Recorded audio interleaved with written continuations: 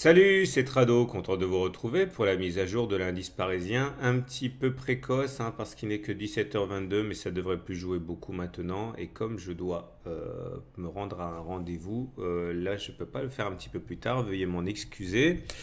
Et on va commencer par s'intéresser à cette hausse assez colossale de près de 2,6% aujourd'hui. Alors sur le plan des fondamentaux, c'est assez difficile à justifier parce qu'il y a du bon et du beaucoup moins bon, notamment en Allemagne, une dégradation de la confiance fait que normalement on aurait dû baisser, mais finalement les marchés ont décidé de regarder du côté où c'était un peu plus glamour, notamment le fait que eh bien, le pétrole est fortement rebondi, ce qui soutient évidemment les cours du pétrole, mais aussi des pétrolières, et également à noter le fait qu'une réunion a lieu pour essayer de débloquer la situation grecque. Bon, il est clair qu'on a décidé de chausser les lunettes roses. Alors moi, j'avais prévu pour aujourd'hui d'essayer de saisir un signal baissier pour viser la Tenkan. Oui, baissier pour viser la Tenkan. Et j'étais pas le seul sur le coup, comme vous pouvez le voir,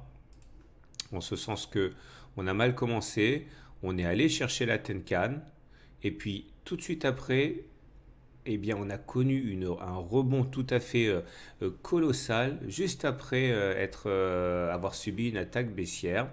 Et la hausse qui s'est construite après, eh bien, a permis de reconquérir la M7, reconquérir la Tenkan, passer la résistance orange ici, casser le triangle par le haut. Et en fait, ça ressemble fort à un rachat de short, tout ça, parce que, et c'est très important à comprendre, on avait des éléments qui étaient baissiers, ok. On savait qu'on devait faire le retour à la M20, on en a parlé suffisamment souvent. La loi du retour à la M20 devait jouer, mais dire que la loi du retour à la M20 devait jouer ne nécessitait pas qu'on passe au-dessus. Et chaque fois que un des scénarios baissiers s'est invalidé, il y a sans doute eu des rachats de short très importants. Rachat de short lorsqu'on est repassé au-dessus de la résistance orange, rachat de short lorsqu'on a cassé le triangle par le haut et non pas par le bas comme on pouvait éventuellement l'espérer au regard du fanion baissier, rachat de short lorsqu'on est passé au-dessus de la F20, rachat de short lorsqu'on est repassé au-dessus du nuage, etc., etc. Et donc à mon avis, ça a été un petit peu, à mon avis, une succession de rachats de positions vendeuses. Alors je reviens tout d'abord au niveau de mon fanion. Vous savez, c'est pour ça que l'on dit que les fanions ne se tradent qu'une fois que l'on a cassé le triangle. Là, vous voyez, on a oscillé pas mal de temps à l'intérieur du triangle, mais pour finalement sortir par le haut.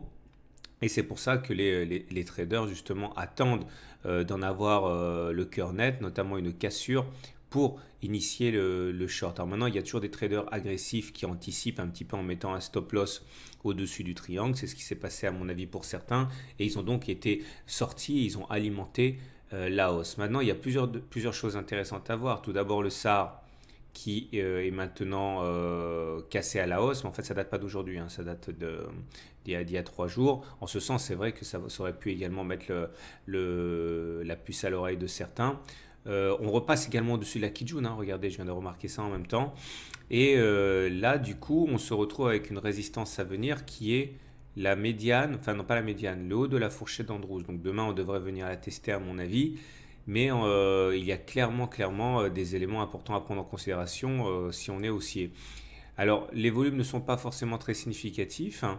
C'est pour ça qu'il faut prendre un peu avec circonspection tout cela. Mais par contre, la main elle repasse au haussier du côté du momentum puisqu'on est au-dessus de zéro. Et la main est maintenant au haussier du côté du RSI aussi, puisque on est passé au-dessus de la ligne des 50.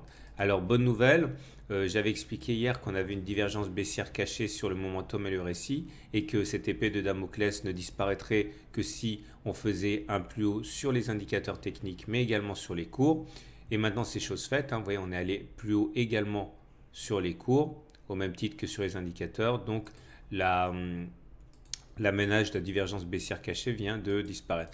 Et là, j'en profite, et je sais que j'insiste un petit peu lourdement, il faut vraiment bien comprendre, et ça je le disais hier, que la présence d'une divergence baissière à elle seule ne suffit pas à prendre une décision, hein. C'est simplement un élément qui vient corroborer un scénario, un élément supplémentaire. Mais voyez bien que là, la divergence baissière a été invalidée et prendre une décision sur la base de cette divergence baissière était de fait bien dangereuse. Alors maintenant, la tendance Ishimoku. Maintenant, on est au-dessus du nuage. Mais attention, la lagging span n'est pas au-dessus des prix. Donc on n'a pas encore basculé en tendance haussière au regard de la théorie Ishimoku.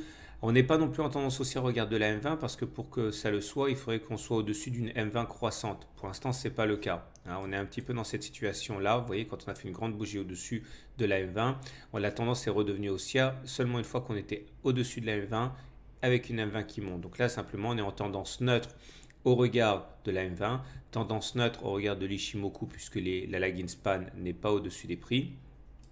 Et même si c'est très très loin d'être la fin de la semaine, hein, j'aimerais quand même vous montrer ce graphe hebdomadaire et le graphe mensuel dans la foulée. Vous voyez, là, au regard de la M20, on est toujours en dessous du nuage Ishimoku. Okay. Par contre, au niveau de la moyenne mobile à 30 semaines, je suis désolé si vous démarrez l'analyse technique ce soir, c'est un peu complexe. Rien n'est fait, hein. On est toujours en dessous d'une moyenne mobile à 30 semaines qui descend. Donc faites attention, ce qui est vrai en journalier ne l'est pas forcément en hebdomadaire. Clairement, en dessous du nuage, en dessous de la moyenne mobile à 30 semaines, on ne peut pas dire que la tendance soit haussière sur les unités longues. Je reviens à mon graphe journalier pour finalement dire que je vous donnerai, comme d'habitude, mon objectif de trading pour demain en clôture des marchés US. Maintenant, si on considère qu'on n'avait pas un fanion, mais simplement un triangle, je vous rappelle que l'objectif, il est de prendre la hauteur de la première oscillation complète, que voilà, et prendre cette hauteur maximale que l'on prend soin de reporter au-dessus du point de cassure. Ça nous donnera un objectif maximal de 4480 à suivre. Voilà, place maintenant à l'analyse des autres marchés.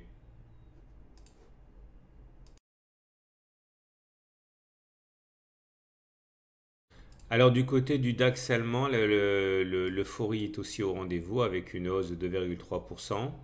Maintenant, la situation n'est pas aussi explosive, enfin pas explosive, pas aussi fantastique, hein, étincelante que sur le CAC, parce que là, on est toujours en dessous de la Kijun. On est loin d'avoir rallié le haut de la fourchette d'Andrews. Là, par contre, où effectivement la situation est plus engageante, c'est que, a priori, hein, on est en train de clôturer avec la lagging span au-dessus des prix et les prix eux-mêmes au-dessus du nuage. Donc, ça nous vaudrait d'être en tendance haussière. À confirmer, hein, il n'est que 17h30. On a cassé également cette fameuse résistance orange qui correspondait à un élément très important. On est repassé au-dessus de la M20. Bon, on verra ce que ça va donner, mais il est clair que il semble que nous ayons les coudées franches, hein, jusqu'à la Kijun à 10 104.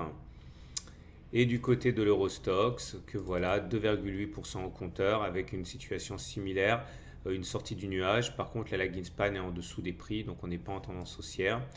Et là aussi, hein, il faut oublier le scénario du fanion. Maintenant, c'était un simple triangle ici, avec un objectif, hein, identique. Il s'agit de prendre la hauteur maximale, de reporter. Ça nous donnera un objectif maximal de 3076 à suivre. Petit détour enfin du côté du SP500 qui lui aussi signe une belle performance pour l'instant, puisqu'avec 1,2%, il rebondit sur son nuage, il casse le SAR. Et vous savez, quand on casse le SAR, il est exceptionnel qu'on ne fasse pas un plus haut par rapport à la bougie qui a cassé au-dessus de la Kijun. Mais là aussi, hein, la lagging span est toujours en dessous des prix, donc on n'a pas le feu vert de la lagging span. Voilà, il ne me reste plus qu'à vous saluer et surtout, je vous rappelle que mon module de formation va sortir très bientôt. Et demain, je vous propose un webinaire, hein, sur ce thème, hein, qui reprend des passages de ce module de formation. C'est demain, c'est à 21h sur le site, inscription et programme, sur le lien cliquable que je vais mettre dans l'article. À tout à l'heure pour les objectifs de trading.